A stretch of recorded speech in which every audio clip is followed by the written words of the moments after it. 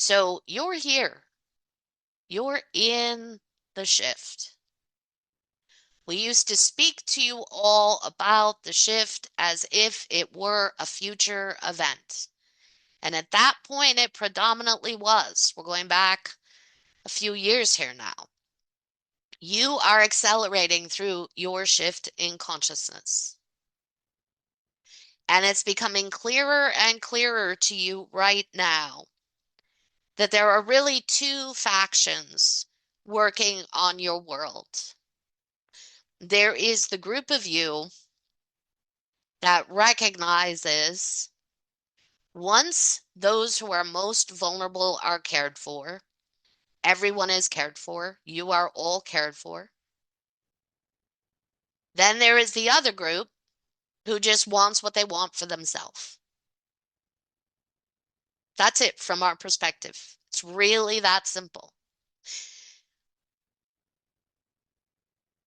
There are, and will continue to be, people who move between those two groups. So sometimes it's very hard to discern and differentiate who is where.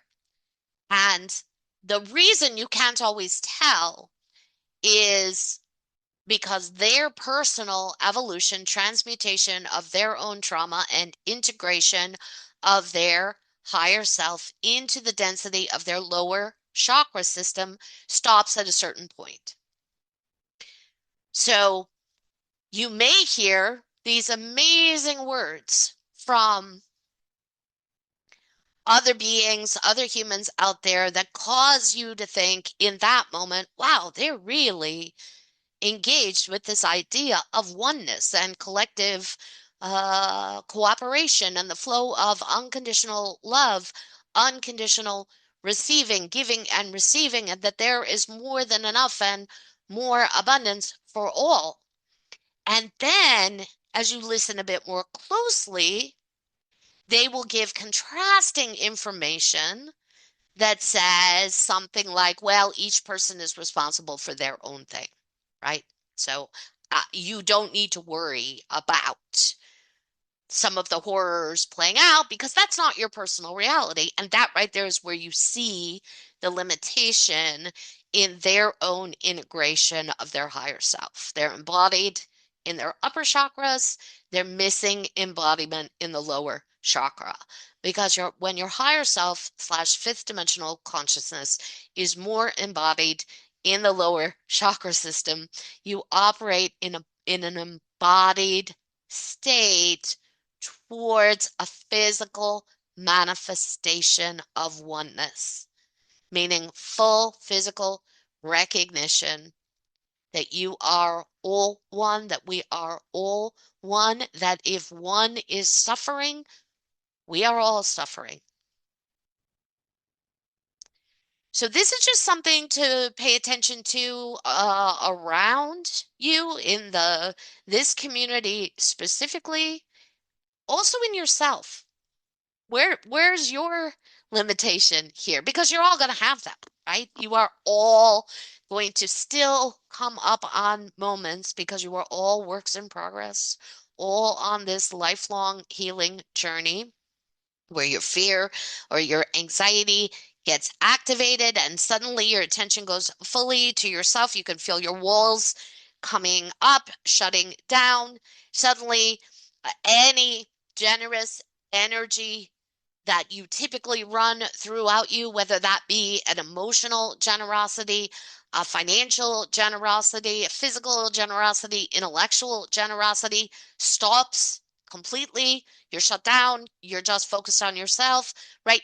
You've fallen into that other side, the other side of I'm going to grab onto what is mine just for me because my survival issues are so challenged right now. Now, that's not a moment to judge yourself. That's not a moment to say, I've fucked up integration of my higher self. That's a moment to love yourself more. That's a moment to apply more unconditional acceptance and love of yourself. So whatever trauma within you got activated that's causing you to be unavailable. We're not talking about boundaries here. That's a different thing, right? You're all getting really good at this right now. You're getting really good at discerning when a healthy boundary needs to be put in place, and you're operating still energetically in the flow, but physically you have boundaried yourself to prevent harm. So that's one thing, and that's necessary, versus the other when you're, this is mine, it's mine, you can't have it, whoever that you may be, right? That's you reacting from your own unhealed aspects that are holding fears which are legitimate. So again, you cannot, should not, we request that you not judge yourself when you catch yourself in your fearful, withholding, very third dimensional state. We request that you love yourself more in those moments so you can shift into more availability, which then will bring more support into you and your reality as well. All right, just take a breath. Let's continue on a bit with this idea of you're in the shift, because we want to talk about the fact that this is an astrological piece.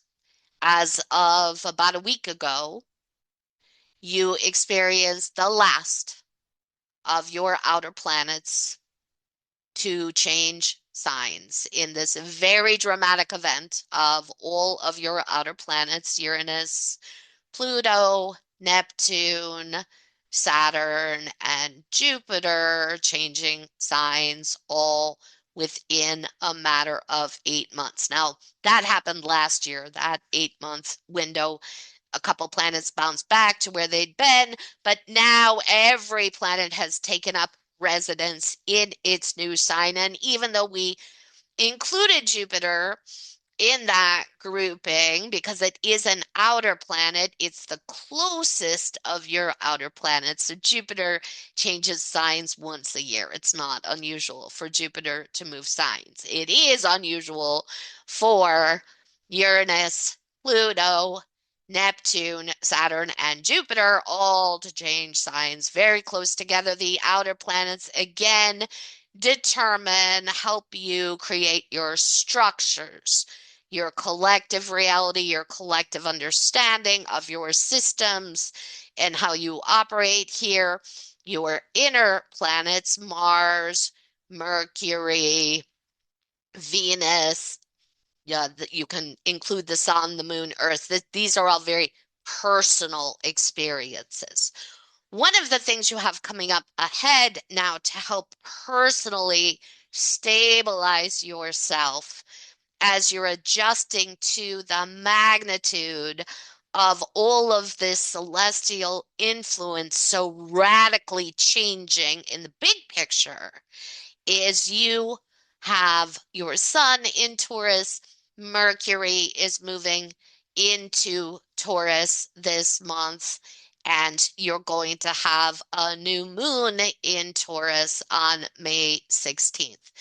So this is a very personally grounding, centered energy. This again is why we've been stressing the need for you to put your attention on your personal action steps, your personal realities right now, your local communities. That doesn't mean don't take action towards the bigger picture. Don't take action when it comes to, oh, your structures, politics, organizations, whatever. We're not saying don't. But what we are saying is the energy right now is still really sorting itself out. It's not that any of those actions will be wasted energy. It won't. Any action you take will be productive, but you are more likely to see fruit coming more quickly in your personal reality right now than the bigger collective reality. The bigger collective changes that you're looking for, you're probably not going to start seeing until the fall, next winter, and also recognize and understand that the intensity of Uranus moving into Gemini, which was your last of your major planets to take up its new residence, and that again occurred just last weekend. The intensity of this is going to run through 2029. It'll stay there then until 2033. At that point, the building in much bigger ways of the newness will begin to occur. What you're going to see a lot of from our perspective over the next couple of years are the cracks in your structures are going to become more and more obvious, much more so than they are even right now. The dysfunction more obvious, the need for change more obvious. A call for revolution will rise over the next couple of years, even more than it is right now. A call for that oneness experience, a leveling of the playing field, a need for equity across the board, cross-cultural, cross-racial, cross-gender, cross-sexual orientation, cross-religious and spiritual ideologies. This is going to rise over the next couple of years, and then actions will come from this. You're going to find where you fit in all of this and how you use your creative energy to facilitate this. And your creative energy is going to become for you all even more and more important and powerful as you really begin to tie the magic of your creative energy and creative expression to first your day-to-day life. So this is our recommendation for right now, today, and we'll get into that a bit more with some more Beltane information. And then you're going to see it in bigger ways, in more public ways, in ground-breaking ways. And part of this also is because Uranus in Gemini really supports communication, connection, collaboration, new technological advancements. So you're starting to see, for instance, let's say in social media, you're all sick of social media at this point. You are sick of it. It is across the board completely lost its sparkle and appeal to you all. It's over. You're still using it because it's what you have. However, Uranus and Gemini will begin to bring something new in, something completely new way of interrelating. One of the things you all can have fun with is starting that process telepathically. Because whatever it is you come into, there is going to be even more of a telepathic connect in this new way of relating, communicating, connecting. Some of you will have more awareness of it. Some will have less. This is already happening. It's happened on social media. A lot of you have noticed on social media that, oh, you're thinking about something and then you look at one of your social media platforms and holy shit, there it is right in front of you. And you've often joked, right, is the algorithm reading my mind.